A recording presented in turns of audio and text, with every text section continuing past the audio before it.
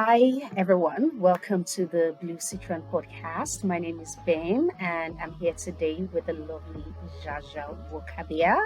And today we're going to be delving into travel, especially for Black women.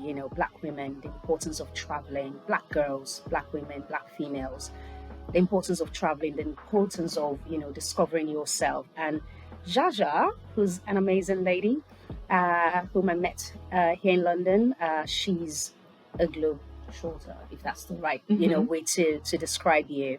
And she's ready to just pack her bags and just go, and go somewhere nice, somewhere new, and just discover, what a new place has for her and new things to discover. But there's more to Jaja than just traveling. So why don't you tell us who you are, and then let's hear first about your writing journey, because she's also a writer. So we'll start with the writing journey, and then we'll go straight into the travel, because I don't know if you discovered your love for writing from travel. I don't know. So No, it would be nice to actually, hear yeah. more about that. So tell us about yourself. Like you said, my name is Jaja. I'm from America. I was born in Virginia to a massive Nigerian family, Nigerian immigrants. Didn't grow up very wealthy, but grew up with parents who really instilled in us the importance of education, of reading, and things like that. So I feel very privileged, even with this upbringing, to have traveled to more than 40 countries. Wow. And my first foray into travel was just through books. Like I would just read about places as a child, and I was an avid reader. I was a bit shy, but I was an avid reader. And from reading, I just discovered the world. One of my first jobs outside of university, from reading, I discovered my love of writing, because to write, you must read. Of course. And so in university, I studied journalism. So that's my background. And one of my first jobs out of uni was in Washington, D.C., working for the World Wildlife Fund. And I was working in the communications department. And my role there was to just keep in order all of the photographs, or one of the jobs. And so from that, I really traveled through seeing the Galapagos and seeing like Tanzania and the endangered wildlife, and just so much beautiful scenes and destinations over the world. So that was that.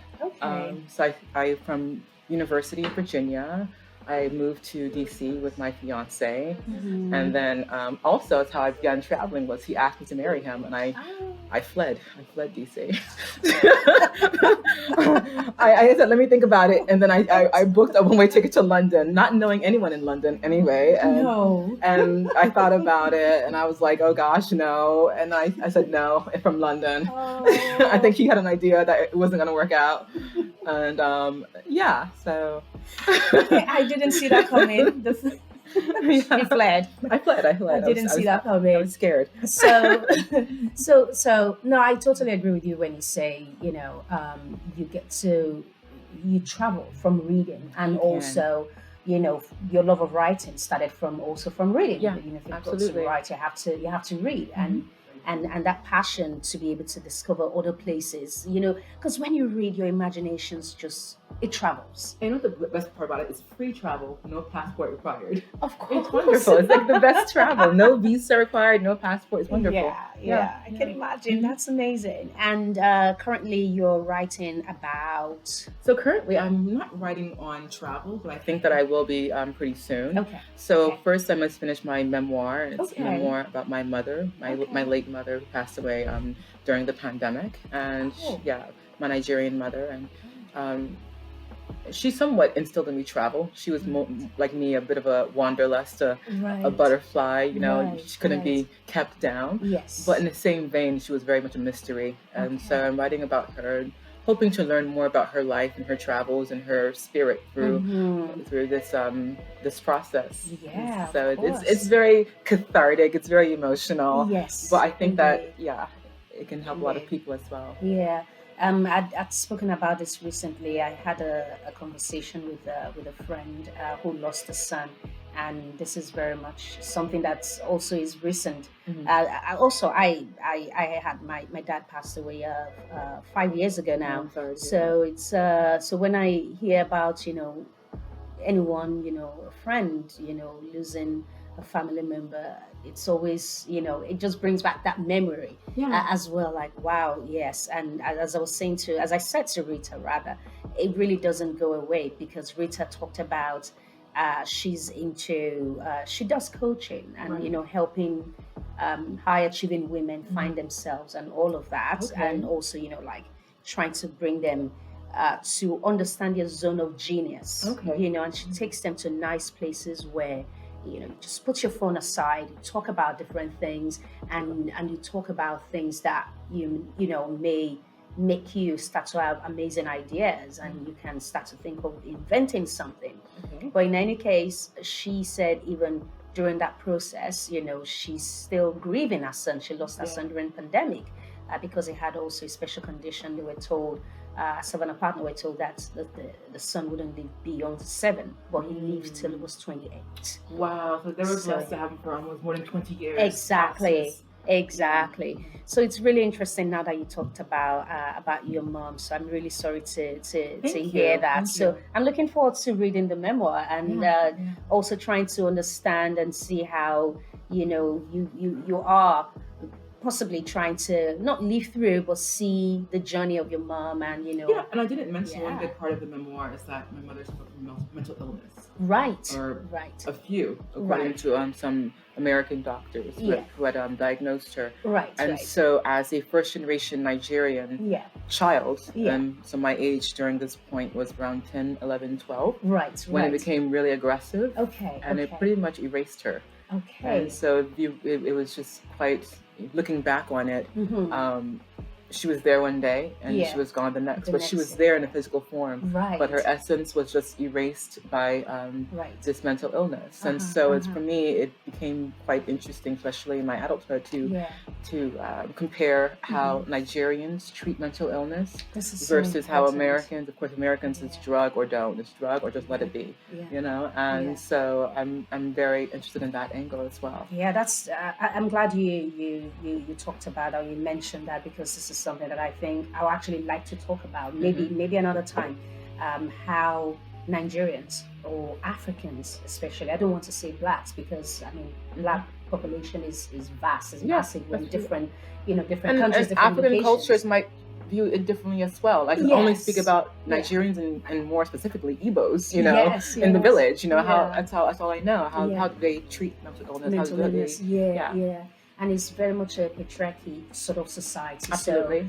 So, for the men, maybe even tell them to go, for therapy or something, and they say, no, I don't need therapy. There's nothing wrong with me. So yeah, definitely we should talk about this mental illness situation.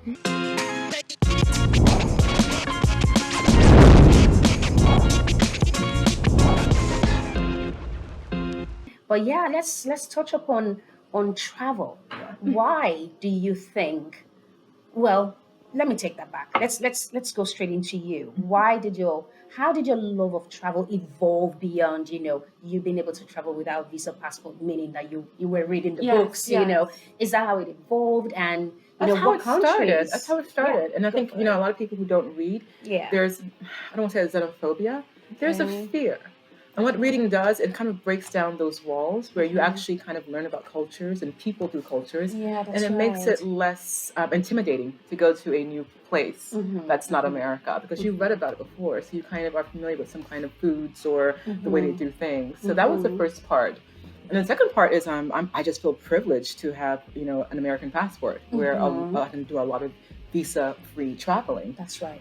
So I take advantage. My family is from a country where, unfortunately, there is not a lot of visa-free travel outside of Africa. That is true. And so they kind of instilled in me, you're very fortunate to be here. Yeah. You're very fortunate to be in America and to have this passport. And so I've always had the passport and I've always used it.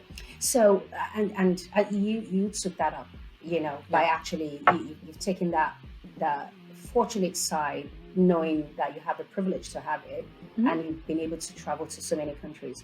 But an average American, do they see any reason to travel outside of America? No, I don't do they think have passports? so. Do they even know? I'm sure they know that other places exist, but you'll be shocked that sometimes I'll talk to people. This is not just from me. This is from a lot of people I've spoken to. when they do go to the States and they talk to even people that are considered intellectuals or whatever, those people don't necessarily think there's anywhere outside of the US other than maybe Mexico, because Mexico is the next easy place to go to on holiday. Every other place, like, they think Africa is a country. So, stuff like that. So why don't you tell us a little bit about how it is? No, we're very ignorant. Americans and maybe African Americans and then African American women. Yeah, I won't lie to you. Like, my first time, in London was over 10 years ago. Yeah. Fleeing the responsibility of marriage at a young age to a wonderful Nigerian guy, but just probably was not the right time of my life to get married. Yeah. I didn't even know that this country was an island. I thought it was part of Europe, physically. Yeah. So I didn't realize that it was surrounded by water until I arrived in London, and then I realized the UK is surrounded by water. So that just goes to show you. I mean, I have a university education, and I'm quite educated, but a lot of Americans just don't know a lot about Europe, geographically speaking. But I think the statistic is like less than 50% of Americans have passports. Okay. And it was kind of interesting. I had one coworker when I worked in New York in real estate, and he was from Bulgaria, and he was in America illegally. He had overstayed his visa. But he was working in real estate and doing quite well, making a good amount of money, doing well for himself. He did ask me to marry him, and I told him no. Okay. Only because, as a friend, I would have loved to help him out. And then he said, and I asked him, I said, do you miss back home? He's an only child. And he says, to tell you the truth, I do, but America has it all. If I want to go skiing, I go to Colorado for skiing, go to Vermont for skiing. I want to go to the beach, I go to Florida, the best beaches I've ever seen. If I want to do this, go hiking, I go to, in Yosemite Park in Colorado, whatever, so that America has it all as far as the range of activities one can do. Okay. So you really don't really need to leave the borders to go for some good skiing or good beach or good hiking or good, anything. You can get lost and found in America very easily. It's a very, very vast country. Right. And I think and everyone speaks English. Yes. So and everyone has the same kind of, understanding of culture. So I can understand for most Americans why there is no need to go out to leave. Yeah. Yes. Okay. And I think even within the African American community, less African Americans have these passports than Americans. Okay. Yeah. Okay. So here I'll stop here.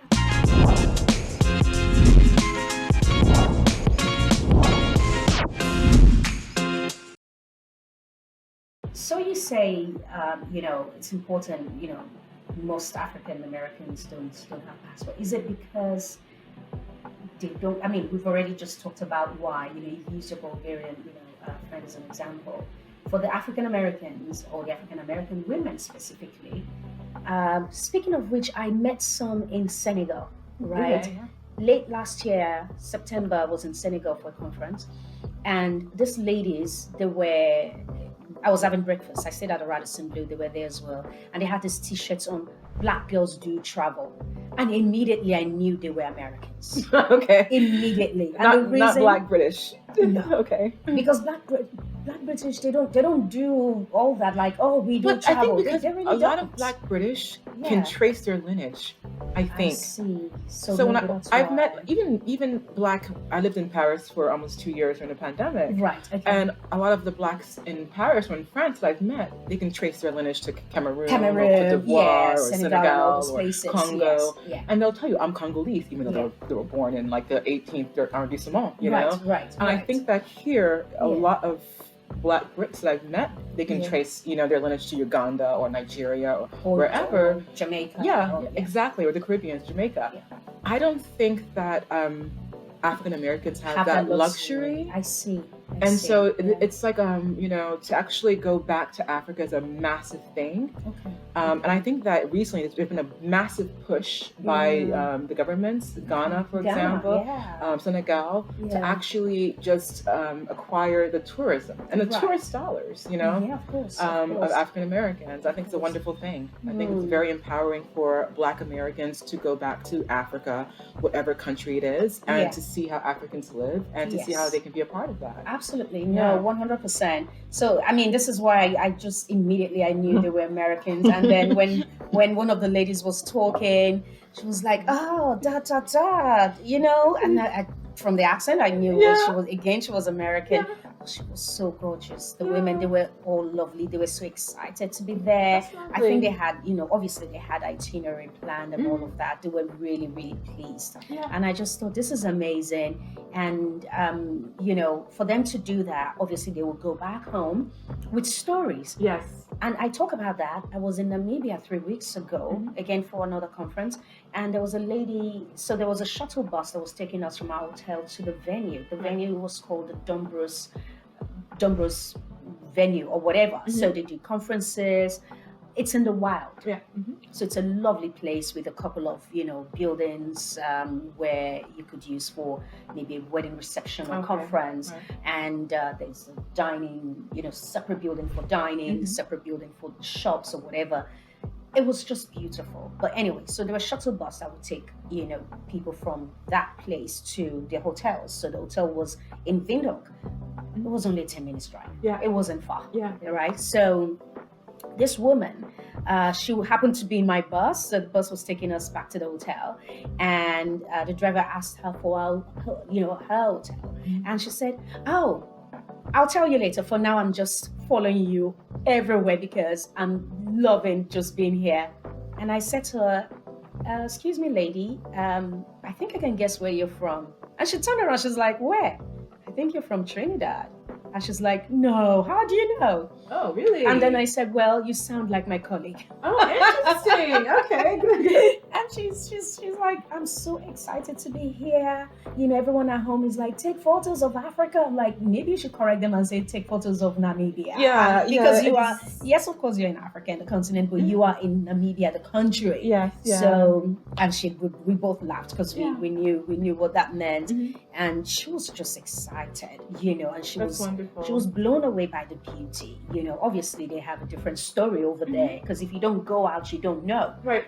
So she was blown away by the beauty, by the people, how civilized, people are, how just amazingly stunning the places, and how I'm looking for the right word to use. The extreme level of education and how the women are actually making things happen in that country. So she said a lot of things and all of that. So this brings me back to the point of the African Americans, and of course the African American women as well.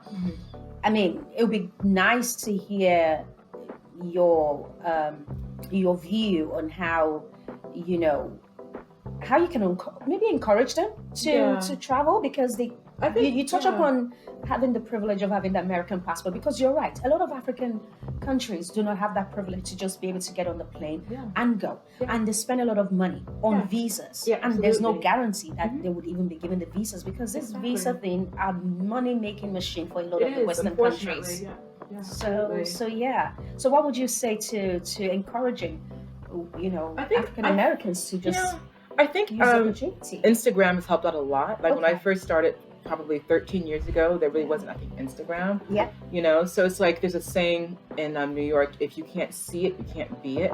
So if women can't see themselves, outside of the borders traveling, they're less likely to do it. And I think Instagram has helped a lot of Black women see that they can actually travel and do so safely and not meet racism or whatever they fear they might meet, And this is one of the things that they feel that they may meet is. because of what they already experienced back home in the States. And they actually poison each other's minds. So my first time traveling to Paris was over 13 years ago, and I traveled alone. And I was living in DC at the time, and people who I spoke to were like, "Be careful, it's so racist, it's so this, it's so that." And so I went there kind of a bit apprehensive and guarded, because I thought that I would meet racism and poor treatment, and it was the exact opposite, and to a certain degree, what you project out to the world, you will receive. Is what you receive. People who do travel usually come from a higher socioeconomic background. And so, for example, I traveled to Hong Kong, and how was it? I've not been to Hong Kong. Hong Kong was lovely. Okay. It was an okay. extremely civilized place. Everyone Right. speaks English. It's almost like traveling to a European country almost. That's right. A very high level of hospitality and just it's very nice, great restaurants. Okay. But in America, New York or Virginia, wherever, if you're a Black woman and you patronize, let's say, a Chinese hair store, a Chinese beauty store, what happens is that you're followed around. Like you're followed. They think you're going to steal. It's a very uncomfortable feeling for Black women to buy hair and beauty products in America. I see. You're followed around. There's someone tailing you who's Chinese. They think you're going to steal, and they treat you in a way that's just uncomfortable. How you would not want to treat a client or a customer. And so when I traveled to Hong Kong, I traveled with a boyfriend who had business there. Okay. I expected The same. when I went to the stores to be tailed, to be followed, and much to my surprise, I literally one time just stopped and looked around. I looked around, and there was no one following me. And I'm just like, hey, I was like the only, of course, I'm 5'10", only tall Black woman in the store. And I'm thinking, do they see me? Are they gonna follow me? Like literally. Yeah. So I brought my mentality of just having that treatment in America. That's right. All the way to China, to Hong Kong, and I had amazing treatment in restaurants. Wow. And it's just like, I think I understand where sometimes African Americans are so paranoid because of certain kind of prejudices we face in America sometimes that we don't realize that the cream of the crop travel. So no one's going to be traveling to Hong Kong to steal some bundles, okay? And it doesn't happen. It doesn't happen in Hong Kong. And so the reaction is the Chinese people there are not going to follow you around because they don't have the experience, unfortunately, of this kind of like dynamic. That's right. So and that makes traveling a lot more pleasant. I traveled to Prague in the Czech Republic a few years ago, 2019, and I went online to the threads and the message boards just to find out how my experience be in Prague for my first time as a solo Black traveler, female traveler, and I saw so many stories about, oh, there's racism. They look at you, they stare at you. And I thought to myself, if a blonde white girl was to come to my family's village in Nigeria, of course she'll be followed. She'll be followed, she'll be stared at, she will stand out. So if you're from an Eastern European country where maybe there are not too many African Americans or beautiful African Americans traveling, of course, the reaction is to be stared at. It's different. I had the experience in Latvia. Yes. So went with some old colleagues back in the day to Latvia. It was just like it was a long weekend, and I was in Norway at the time. And myself being a Black woman, Kay being Singaporean, obviously Chinese looking, and Anna being Portuguese, right? Okay, so us three girls. Yes. Different race, of course. Yeah. We'll three of us decided, okay, let's do the Baltics. Yeah. We'll go to Latvia. Long weekend. Friday, Saturday, we're back on Sunday.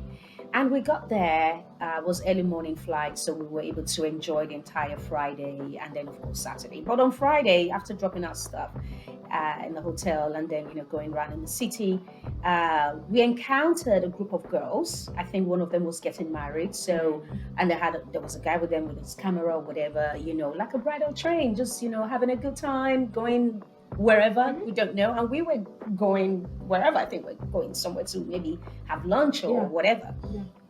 And they were speaking their language, Latvian language or whatever, and they were like, because they stopped us and they kept talking, yada, yada, yada. And then Kay said, "Babe, they're talking about you." Like, yeah, photo. I'm like, okay, they want me to take a photo with that. Yeah. My hair was in afro and all of that. So I thought, I don't think these people have seen Beyonce before, so maybe I am Beyonce to them right now. Exactly. Yeah. So what happened was I gave Kay my phone and I said to her, I'm gonna capture this moment, so take my phone and make sure you take the photo as well. So I stood in the middle and I posed for them. Like, Will, took the photo with them. They had a cameraman taking the photo as well. And I didn't take it as an offense or anything. They were just excited. Yeah. Where I took it as an offense was when I went to Bali. Oh, okay. Yes, I was in Bali with one of my friends. So we got this holiday package, and they're like, okay, let's go to Bali. So it was like forest beach and is it beach and sea? No, deserts. So desert, forest, and sea. Mhm. The desert being the Middle East, so Dubai. So it was part of the Oh, package. interesting. Okay, Yes. okay. So went to Dubai, and we had a friend in Abu Dhabi. So we Mhm. just took a day trip to go down to Abu Dhabi, drove down to Abu Dhabi, Fabulous. went back to Dubai, exactly, and then from Dubai we went then straight to Indonesia, to Bali.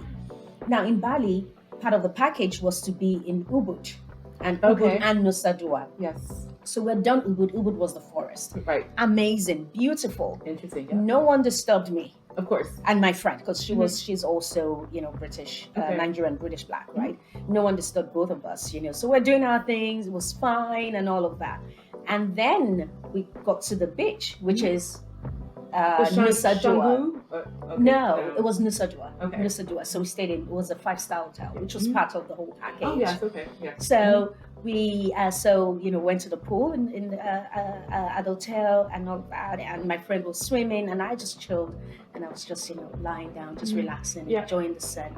And this Chinese girl comes next to me and sits down next to me, brings out her phone to take a photo, and I turned to her and I A said, selfie with you? Yeah, without asking me. Without your permission? "No." And then I said to her, "Excuse you." You didn't just like slap out of her hand like, oh no. I think the way I said "excuse you," I think she ran away. I probably would have slapped out of her phone. I would have physically like removed it from her phone, from her hand. I was like, "Excuse you? Yeah. What? What the?" That's I'm very doing? that's very rude. That's rude and intrusive. It's intrusive and You and know? it makes you to a prop, like an Exactly. inanimate object. Yeah. Like you have no I was voice. like, what? That's disgusting. Excuse you. And her friends were actually there because they must have They spoken were amongst egging her themselves. on. Exactly. Okay. So the moment I did that, they all just They ran too. too. Yeah. So I totally see what you mean. In some cases you just have all this, interesting things. Like, I don't think I stood out in Bali because Bali's like, it's a holiday destination, But the fact that a Chinese person sees me in Bali and decides to come and sit down next to me, and that's just Especially like in a very elegant setting. Exactly. Yeah, Very that's I classy. found it strange, super strange, and I thought, wow, this is bizarre. But in any case, so your view here is, it's important for people to travel, for women to travel, Yeah. African American women to travel, Yeah. so they can see how the world is out there, because it's quite different from what they may probably be experiencing back home. Yeah.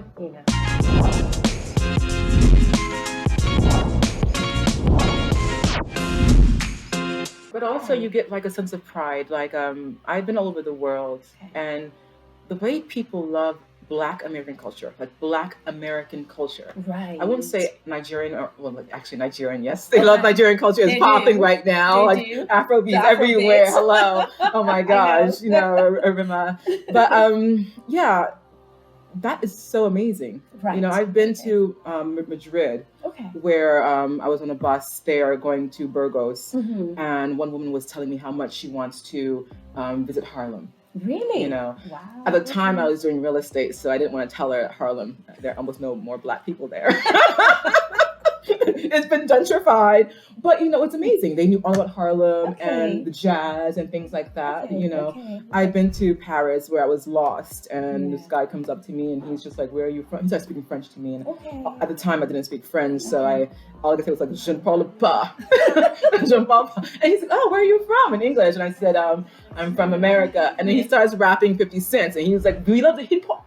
We love the hip hop. No, but it's just like, honestly, That's like lovely. you travel around the world and you realize how much love and respect people have for Black American culture. Right. And it kind of makes you feel very proud, to come from America and to, be an originator of this kind of culture. Yeah, that's really good. That's really good. Yeah,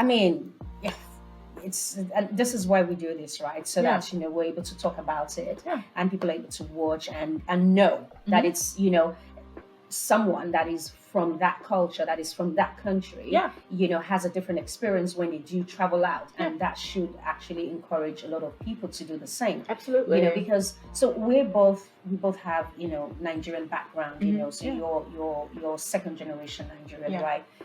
I'm first generation American. First generation American, So second generation Nigerian. Yeah. What does that mean, second generation Nigerian? Meaning your parents are Nigerian, and you are Nigerian by blood, of course, Oh, but you were born in the okay. States. No. So that makes you. I never heard that before. I'm like, what's the second generation? Okay. Well. Okay. Yeah. Yeah. So I mean, again, it's also a choice. You can also say, no, I'm first generation Nigerian. Yeah, I may not have been born in Nigeria, but my parents are Nigerian. My blood is Nigerian. But I'm also first generation American and all of that. But I say this because Nigerians travel a lot. Very much so. They do. But I think the statistic is 1 in every 9 Black people in the world is Nigerian. Is it 9? I thought it was 4. No. That's what I heard. 1 in every 9, which is also massive quantity. Maybe that it's an outdated statistic. Maybe it's 1 in 4 now. Maybe it's 1 in 4. 1 in 4, 1 in 9 doesn't matter. For sure. When I travel and I come across someone of my color, most of the time they're Nigerian. Yeah, I know. Wherever I travel in the world, we're everywhere. We're everywhere. Totally. You cannot get away from us. On paper, we're 216 million on paper. Yeah. In reality, No. The number is and then a lot of Nigerian men sow their seeds on the road, so that compounds our numbers. There's a lot of us that we don't even know. It's like, she said it. It's true. So, no, totally agree with you. Yeah. Oh my God. Yeah. So there's a lot of Nigerians, and what's interesting is, I don't know if you know this, though. Nigerians or maybe Africans barely travel Africa. We can talk about this all the time. Africans barely travel Africa. Nigerians would rather go to English-speaking countries. Mm-hmm. United States, United Kingdom, Australia, Canada. Canada is probably the popular one now. Right. Australia, maybe not really, but very few. Australia's quite far. It's far. It's far. So few, but it's more about the US, the UK. And Canada. Emirates as well, And Dubai, the UAE, but mostly Dubai. But Dubai, that's on the side because everyone is there. Yeah. But it's just that thing of, these 3 countries. So I was saying to my friend, listen, I've been to XYZ number of African countries, and each time I go to a new one, I get blown away. Because when I go to the first one, I go, it's amazing. Mm-hmm. And then I go to the next one, I go, it's even better. And then I go to the next one. Mm-hmm. This is the best so far, And I was speaking to my friend just 2 days ago, and I was telling her about my trip to Namibia because it was my first time in Namibia and how blown away I was. And she said, you know what? If I were to be back in Nigeria, because she just moved over to the UK herself, she said, if I were to be back in Nigeria and you had told me this, I would say, it's in Africa, whatever. But now that I'm here, I'm actually curious and I want to know what you've seen and, why Namibia?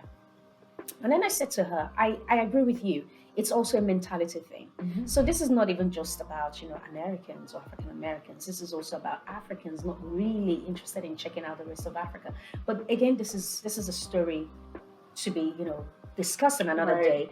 And the reason I say that is it's so vast. Right. Because, as an African, you may need visa to some other African countries. Yes. Mm-hmm. And that should not be happening. Because as a European, you don't need visa to go to most European countries, or maybe all. Yeah. As an American, you can actually go to a lot of countries in the world. With no visa. Yeah. Mm-hmm. So why would you be a Ghanaian, as an example, and then you need a visa to South Africa? Why?